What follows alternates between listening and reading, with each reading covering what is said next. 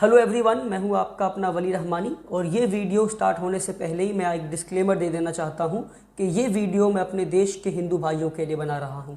जी हां, मैं ये वीडियो उन हिंदू भाइयों के लिए बना रहा हूं जो शाम को 6 बजे से लेकर रात को 10 बजे तक टीवी के सामने बैठकर टीवी एंकर्स और न्यूज़ एंकर्स को सुनते हैं और टीवी पर न्यूज़ देखते हैं।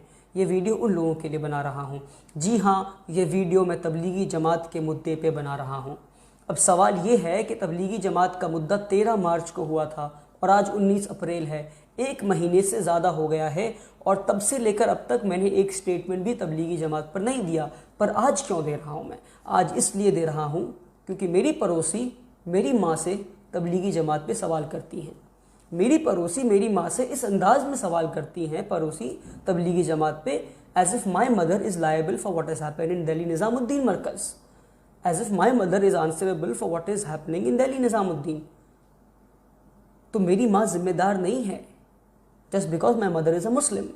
तो इसलिए ये वीडियो उन सारे मुसलमानों के बिहाफ पे बना रहा हूँ मैं जिनसे लोग इस तरह सवाल पूछते हैं तबलीगी जमात के बारे में, जैसे कि तबलीगी जमात में जो हुआ निज़ामुद्दीन में, चाहे वो गलत हुआ या सही हुआ वो तो कोर्ट डिसाइड करेगा, पर तबलीगी जमात में जो भी हुआ उसका जिम्मेदार इस देश का हर मुसलमान है। तो ये वीडियो मैं अपने देश के हर मुसलमान भाई और बहन की तरफ से हर हिंदू भाई और बहन के लिए बना रहा हूँ ताकि आप समझ पाएँ कि किस तरह मीडिया मुसलमान कम्युनिटी मुस्लिम कम्युनिटी के पीछे पड़ गई है और एक स्क्रिप्ट के तहत काम कर रही है, ताकि आप समझ पाएँ कि क्या सच है और क्या झूठ है। तो हाथ जोड़ के आपसे गुजारिश करता हूं कि इस वीडियो को पूरा सुने आप और ध्यान से सुने, क्योंकि मैं कुछ डेट्स, कुछ फिगर्स, कुछ डेटास, कुछ नंबर बताऊंगा जिसको सुनने के बाद आप समझ पाएंगे कि क्या सच है और क्या झूठ है। तो शुरू करते हैं कि कितने तारीख को तबलीगी जमात का इवेंट दिल्ली में हुआ। दिल्ली के निज़ामुद्दीन में तबलीगी जमात का इवेंट 13 तारीख को हुआ। कब तक हुआ? 13 मार्च से लेकर 15 मार्च तक, यानी 13, 14, 15, 3 दिन तक तबलीगी जमात का इवेंट दिल्ली में हुआ। पर 13 तारीख को एक और चीज़ हुआ। 13 तारीख को एक और चीज़ ये हुआ कि हेल्थ मिनिस्ट्री इंडिया की ये नोटिफिकेशन और ये स्टेटमेंट देती है कि there is no health emergency in India and there is no need to panic, कि इस देश में, हमारे देश में कोई हेल्थ इमरजेंसी नहीं है तो किसी को पैनिक करने की ज़रूरत नहीं है। पर किसी मीडिया ने ये बात नहीं बताया कि जिस दिन तबलीगी जमात का इवेंट हुआ उसी दिन हेल्थ मिनिस्ट्री कहती है कि कोई हेल्थ इमरजेंसी नहीं है इंडिया में, किसी को पैनिक करने की ज़रूरत नहीं, कोरोना वायरस की वजह से कोई हेल्थ इमरजेंसी नहीं है। अब आप खुद सोच लें कि जब हेल्थ मिनिस्ट्री कह रही है कोई हेल्थ इमरजेंसी नहीं है तो क्या तबलीगी जमात की गलती है? हो सकती है, गलती हो सकती है, गलती हो सकती है, हम आगे बात करेंगे उस पर हम सिर्फ तबलीगी जमात की क्यों बात कर रहे हैं? क्या मंदिर खुले हुए नहीं थे? क्या मंदिरों में लोग पूजा करने नहीं जा रहे थे? तबलीगी जमात में 13 से लेकर 15 तक लोग मौजूद थे। कितने लोग? 4000 लोग मौजूद थे। तो हम 13, 14, 15 की बात नहीं करेंगे, हम 18 और 19 मार्च की बात करते हैं। तबलीगी जमात के इवेंट हो जाने के बाद किन मंदिरों में कितना पूजा हुआ और कितने लोग आए, कुछ डेटा बताता हूँ मैं आपको, कुछ नंबर बताता हूँ और गौर से सुने इसको आप। अहमदाबाद मिरर एक न्यूज़ पोर्टल है, टाइम्स ग्रुप का न्यूज़ पोर्टल है, उनका 2 अप्रैल का एक न्यूज़ रिपोर्टिंग है जो इसको मैं आपको बता रहा हूँ। आप स्क्रीन पर देख सकते हैं कि मैं झूठ नहीं बोल रहा हूँ। अहमदाबाद मिरर का न्यूज़ रिपोर्टिंग है, न्यूज़ का कटिंग लगा रहा हूँ मैं। उन्होंने बताया है कि 18 और 19 मार्च तबलीगी जमात का इवेंट कब हुआ? 13, 14, 15, उसके बाद की बात कर रहे हैं हम। 18 और 19 मार्च में किस मंदिर में कितने लोग आए? अतंकुला पोंगला मंदिर जो कि केरला में है, वहाँ 1 लाख लोग आए। तबलीगी जमात में कितने लोग? 4000 लोग। पर इस मंदिर की न्यूज़ में कोई चर्चा नहीं है। तिरुपति मंदिर में 40,000 लोग आए 18 और 19 तारीख के बीच में। तबलीगी जमात में कितने? 4000 लोग। पर इस मंदिर का भी कोई चर्चा नहीं है। इस्कॉन टेम्पल के हरीश गोविंद दास जो वहाँ के हेड हैं, उनका स्टेटमेंट है कि हमारे यहाँ 18 और 19 तारीख के बीच में 12,000 लोग आए और तबलीगी जमात में कितने? 4000 लोग। पर इस्कॉन टेम्पल का न्यूज़ में कोई चर्चा नहीं है। सोमनाथ मंदिर में कितने लोग आए? 5000 लोग। तबलीगी जमात में कितने लोग आए थे? 4000 लोग। पर सोमनाथ मंदिर का न्यूज़ में कोई चर्चा नहीं है। पावागढ़ी मंदिर, वहाँ के सुरेश पटेल जो वहाँ के ट्रस्टी हैं, उनका स्टेटमेंट है कि पावागढ़ी मंदिर में 18 से 19 मार्च के बीच में 5000 लोग आए, पर इस मंदिर का भी कोई चर्चा नहीं। भद्रकाली मंदिर के श्रीकांत तिवारी जी वहाँ के ट्रस्टी हैं, उनका कहना है कि 18 और 19 मार्च के दिन 2000 लोग उनके मंदिर में आए। यानी तबलीगी जमात का इवेंट 15 तारीख को ख़त्म होता है 4000 लोग के साथ, और आज तक 1 महीने बाद तक हर मीडिया में तबलीगी जमात पे ही चर्चा हो रहा है। 6 से 10 का शो सिर्फ तबलीगी जमात पे डेडिकेटेड है। एक बार भगवा चश्मा हटाकर देखें कि अगर न्यूज़ रिपोर्टर इस तरह इन मंदिरों के बारे में रिपोर्टिंग करते कि किन किन ने इजाज़त दे दी इन मंदिरों को इतना लोग लाने की, 1 लाख लोग हैं, 40,000 लोग हैं, 12,000 लोग हैं, और 1 महीने तक इन मंदिरों पर चर्चा होता, तो क्या आपको नहीं लगता कि ये मंदिर भी जिम्मेदार है कोरोना वायरस फैलाने के लिए? पर इन पर चर्चा नहीं हुआ है। अब इससे पहले जो आपको मैं नंबर्स और डेट्स और फिगर्स बताया, वो सारे वो नंबर्स थे मंदिरों के, मस्जिदों के, जो लॉकडाउन से पहले और जनता कर्फ्यू से पहले थे, यानी कि 18-19 मार्च तक के थे, जब तक कि देश में बहुत से लोगों को कोरोना वायरस का सीरियसनेस समझ नहीं आया था। तो अब मैं आपको वो डेट्स बताऊंगा, वो नंबर्स बताऊंगा जो जनता कर्फ्यू और लॉकडाउन के बाद का है। यानी कि 22 तारीख को देश में जनता कर्फ्यू होता है और 25 मार्च को ऑफिशियली लॉकडाउन शुरू हो जाता है। यानी 25 मार्च को देश के हर एक बच्चे को मालूम चल गया था कि कोरोना वायरस एक कितना सीरियस महामारी हमारे देश में है। तो 23 मार्च को क्या होता है, यानी 25 जब 22 मार्च को जनता कर्फ्यू होता है, उसके अगले दिन 23 मार्च को मध्य प्रदेश में शिवराज सिंह चौहान 500 लोगों को लेकर कम से कम एक जश्न मनाते हैं, एक सेलिब्रेशन करते हैं। मध्य प्रदेश में कांग्रेस सरकार को गिराकर बीजेपी सरकार बनाने पर जो एक जश्न मनाते हैं, वो कुछ 500 लोग उस जश्न में होते हैं।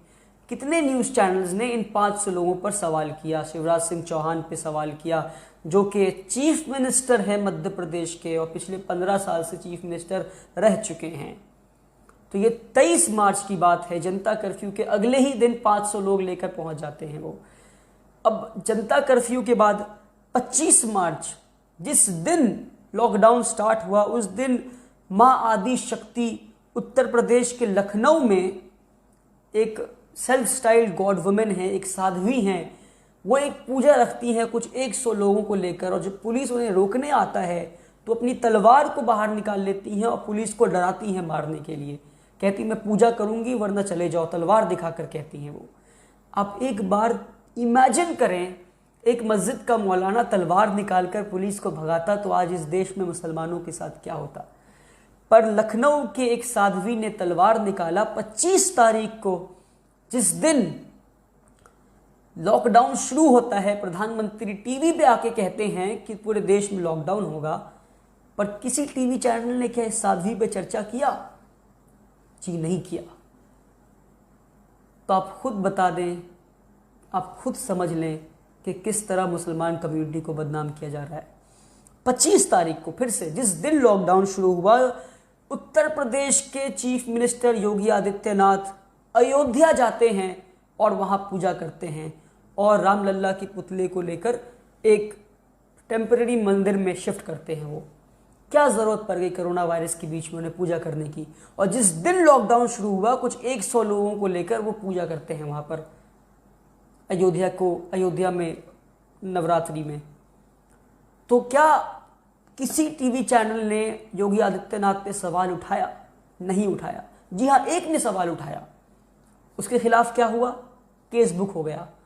उसके खिलाफ क्या हुआ? उसे परेशान करना शुरू कर दिए। उसके बाद 17 अप्रैल, मार्च की बात नहीं कर रहा हूं मैं, 17 अप्रैल सिद्धलिंगेश्वर मंदिर कर्नाटका के कुलबर्गी में कुछ 150 लोग चैरियट पुलिंग फेस्टिवल में पार्ट लिए हैं कि चैरियट को टान के लाना है और पूजा करना है सिद्धलिंगेश्वर मंदिर। किस टीवी चैनल ने इन पर चर्चा किया? 10 अप्रैल को सूरत में एक जैन मंदिर में पूजा होती है। 10 अप्रैल को, मार्च नहीं, 10 अप्रैल को जब सेकेंड फेज ऑफ लॉकडाउन शुरू हो गया, समझे आप। और डिप्यूटी मेयर सूरत का नीरव शाह उस पूजा में मौजूद होते हैं।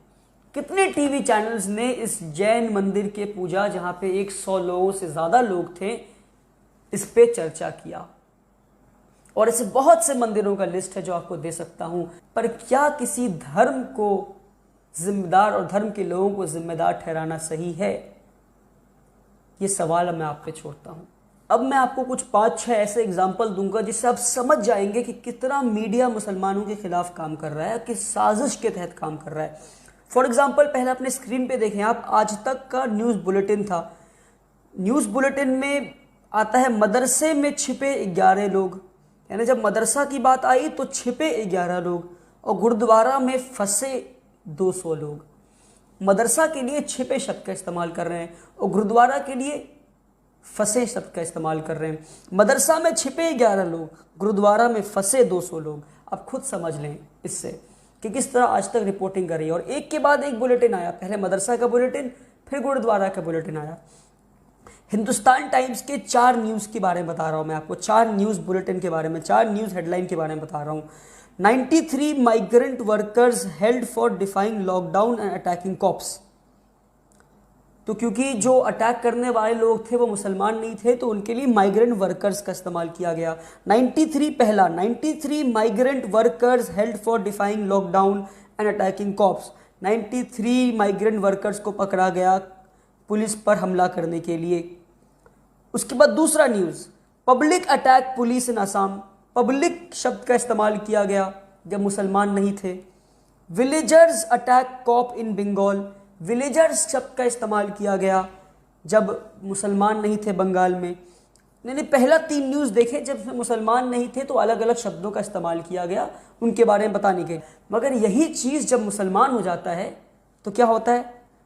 न्यूज़ पढ़ लें headline, 25 Muslim man arrested for attacking cop in Orissa.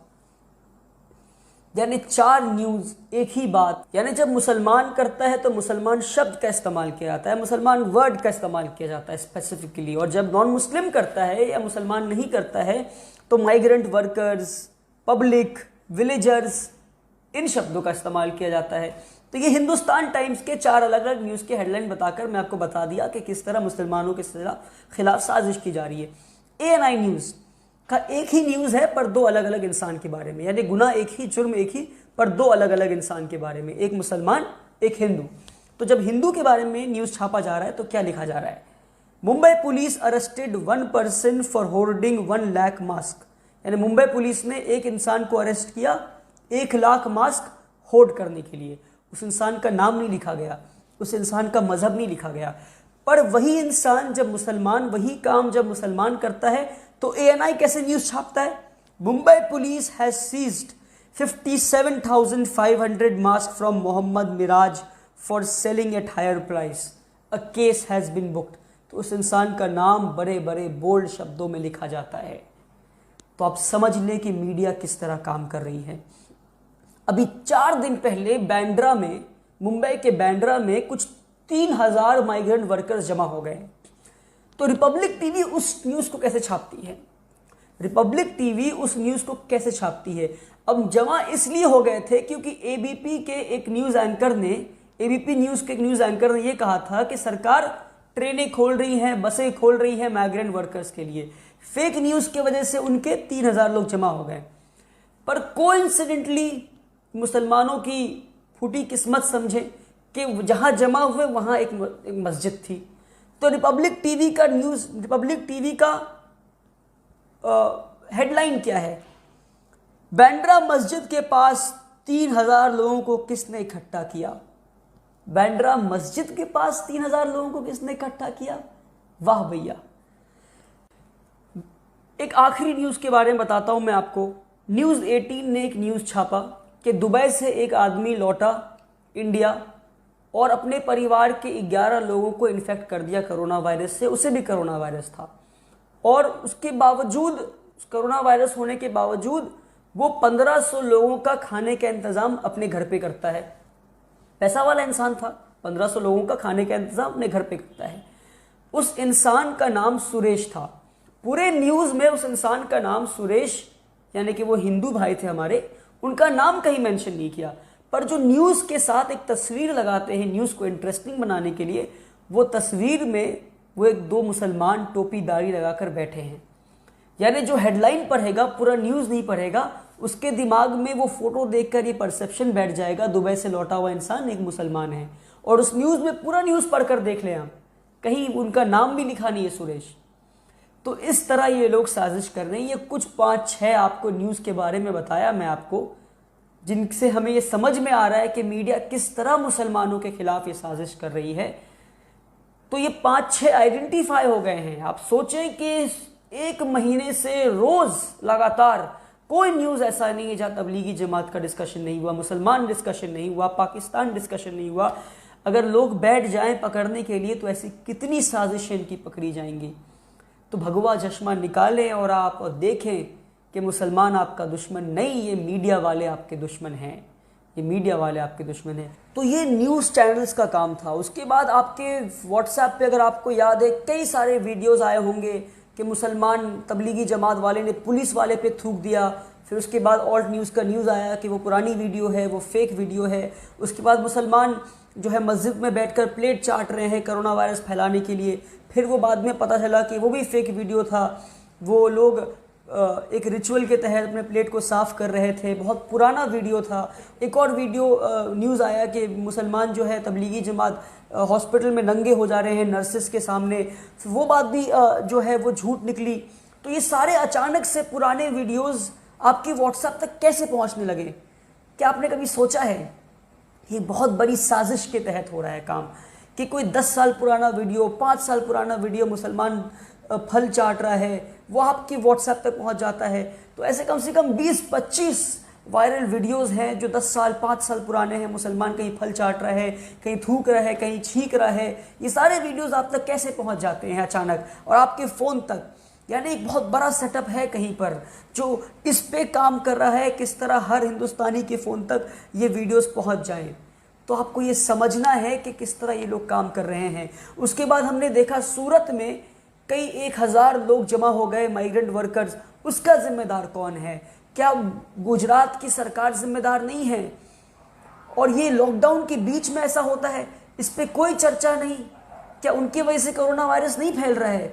Bandra में कुछ 3000 लोग जमा हो गए, क्या उनकी वजह से कोरोना वायरस नहीं फैल रहा है? दिल्ली में 1000 लोग जमा हो गए बस स्टेशन के पास, क्या अरविंद केजरीवाल को जिम्मेदार ना ठहराएं हम? अरविंद केजरीवाल के खिलाफ FIR ना किया जाए? फिर 22 तारीख को जिस दिन देश में जनता कर्फ्यू हुआ, हमने देखा किस तरह पूरे देश में हर शहर में लोग सड़क पर उतरकर ढोल बजा रहे थे, ढोल के साथ बाहर आ गए और चिल्लाने लगे गो करोना गो करोना। एक नाच का, एक सेलिब्रेशन का माहौल था। एक तरफ लोग मर रहे थे, दूसरी तरफ एक सेलिब्रेशन, ढोल लेकर लोग निकले और इसे खुशी मना रहे हैं। तो ऐसे हज़ारों की तादाद में हर शहर में लोग निकल गए। तो क्या उनसे कोरोना वायरस नहीं फैल रहा है? इस पे सवाल क्यों नहीं कर रहे हैं लोग? फिर उसके बाद मोदी जी ने कहा कि मोमबत्ती जलाएं, दिया जलाएं। उस दिन कई सारे शहरों में आग लग गया। हमने देखा कई सारे शहरों में लोग मोमबत्ती लेकर सड़क पर निकल गए, मशाल लेकर सड़क पर निकल गए। कुछ लोग तो जय श्री राम चिल्लाते हुए सड़कों पर निकल गए। तो क्या इनके वजह से कोरोना वायरस नहीं फैल रहा है? अब आप आखिरी बात मेरी समझ लें कि पहला केस जो हिंदुस्तान में कोरोना वायरस का आता है वो था 30 जनवरी। 30 जनवरी में वुहान से पहला एक कोरोना वायरस का केस इंडिया में आता है, केरला में आता है। तो सरकार को क्या उसके बाद इंटरनेशनल फ्लाइट्स नहीं रोक देना चाहिए था? क्या उस एक इंसान की वजह से कोरोना वायरस नहीं फैला पूरे देश में? उसके बावजूद 24 फरवरी को 1 लाख लोगों से ज़्यादा लोग नमस्ते ट्रम्प इवेंट में आते हैं। और नमस्ते ट्रम्प इवेंट में हम जानते हैं आज अमेरिका में सबसे ज़्यादा कोरोना वायरस फैला हुआ है। क्या मोदी जी जिम्मेदार नहीं है 24 तारीख के नमस्ते ट्रम्प इवेंट के लिए, जब 30 तारीख को यानी 24 दिन पहले पहला कोरोना वायरस केस इंडिया में आ गया था? क्या मोदी जी जिम्मेदार नहीं है नमस्ते ट्रम्प रखने के लिए? अब आप खुद ही सोचें कि तबलीगी जमात पे एक छोटा क्लैरिफिकेशन दे दूं उनके बिहाफ में, मैं उनका स्पोक्स पर्सन नहीं हूँ। उनका इवेंट 13 मार्च को था और 10 मार्च को उनके लोग हिंदुस्तान में आए। तो 10 मार्च को जब उनके लोग हिंदुस्तान में आए तो क्या सरकार की जिम्मेदारी नहीं थी उनको रोक देना एयरपोर्ट पर ही, या उनका वीज़ा कैंसिल कर देना, उनको आने से रोक देना? और 10 मार्च को जब वो लोग आए तो तबलीगी जमात इस तरह फंक्शन करता है कि एक 6 तल्ले का बिल्डिंग है, 6 फ्लोर का बिल्डिंग है, उसी फ्लोर में 4000 लोग बंद हो गए और कहीं आना जाना नहीं था उनका। तो जब लॉकडाउन हो गया तो वो लोग कहाँ जाते? वो एक हॉस्टल स्ट्रक्चर है कि 4000 लोग उसी बिल्डिंग में रहेंगे, उसी बिल्डिंग में प्रोग्राम होगा, उसी बिल्डिंग में खाना पीना होगा, और अचानक लॉकडाउन कर देंगे, आप बंद कर देंगे, तो वो लोग कहाँ जाएंगे? 4000 लोग अपने घर बस के थ्रू ट्रैवल करके जाएंगे। जो बाहर से आए वो कैसे जाएंगे बाहर?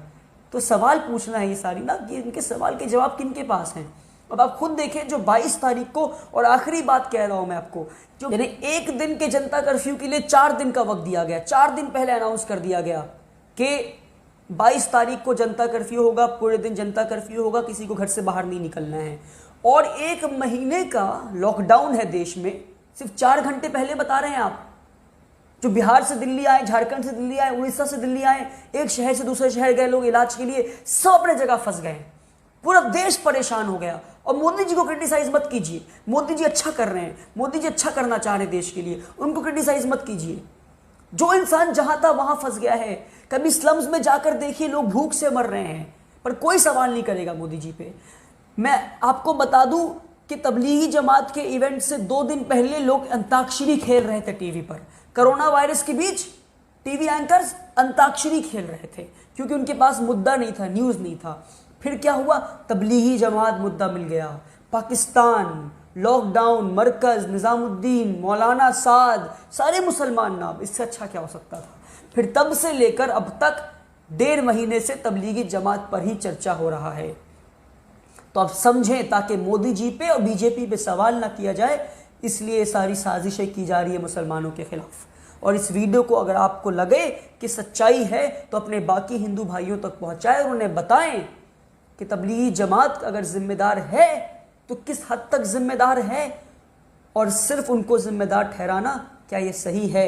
एक आखिरी बात कह के अपनी वीडियो को ख़त्म कर रहा हूँ कि तबलीगी जमात का जहाँ पर हेडक्वार्टर है वहाँ से 50 मीटर दूर पर भी नहीं, 50 मीटर के अंदर ही दिल्ली निज़ामुद्दीन पुलिस स्टेशन है। यानी पुलिस स्टेशन और दिल्ली निज़ामुद्दीन मरकज़ यानी हेडक्वार्टर तबलीगी जमात की दूरी सिर्फ 50 या 100 मीटर है मैक्सिमम। तो पुलिस क्या कर रही थी जब उन्हें पता था 4000 लोग जमा हो रहे हैं? वहीं मुंबई में तबलीगी जमात के पैरेलल वे में एक और इवेंट होने वाला था, मुंबई पुलिस और गवर्नमेंट ने उसे कैंसिल कर दिया। तो दिल्ली सरकार और दिल्ली पुलिस क्यों कैंसिल नहीं की? तो सवाल ताकि सरकार से ना हो, ताकि पुलिस से ना हो। जब पहला कोरोना वायरस केस इंडिया में 30 जनवरी को आया तो 30 जनवरी से लेकर 13 जनवरी यानी 2 महीने, 13 मार्च यानी 2 महीने तक सरकार सो रही थी और 13 मार्च को कहती है there is no health emergency. तो सरकार से ताकि सवाल ना हो कि लोग भूखे क्यों मर रहे हैं, पीपीई किट क्यों नहीं पहुंच रहा है डॉक्टर्स तक, ग्राफ ऊपर क्यों जा रहा है कोरोना वायरस का, ताकि सरकार से सवाल ना हो तो क्या किया जाए? चलो मुसलमान को मुद्दा बनाया जाए। अगर मुसलमान मुद्दा बन गया तो सारे प्रॉब्लम सॉल्व हो गए। यानी इस देश के हर प्रॉब्लम का 2 सल्यूशन है। पता है क्या? मुसलमान और पाकिस्तान। Thank you.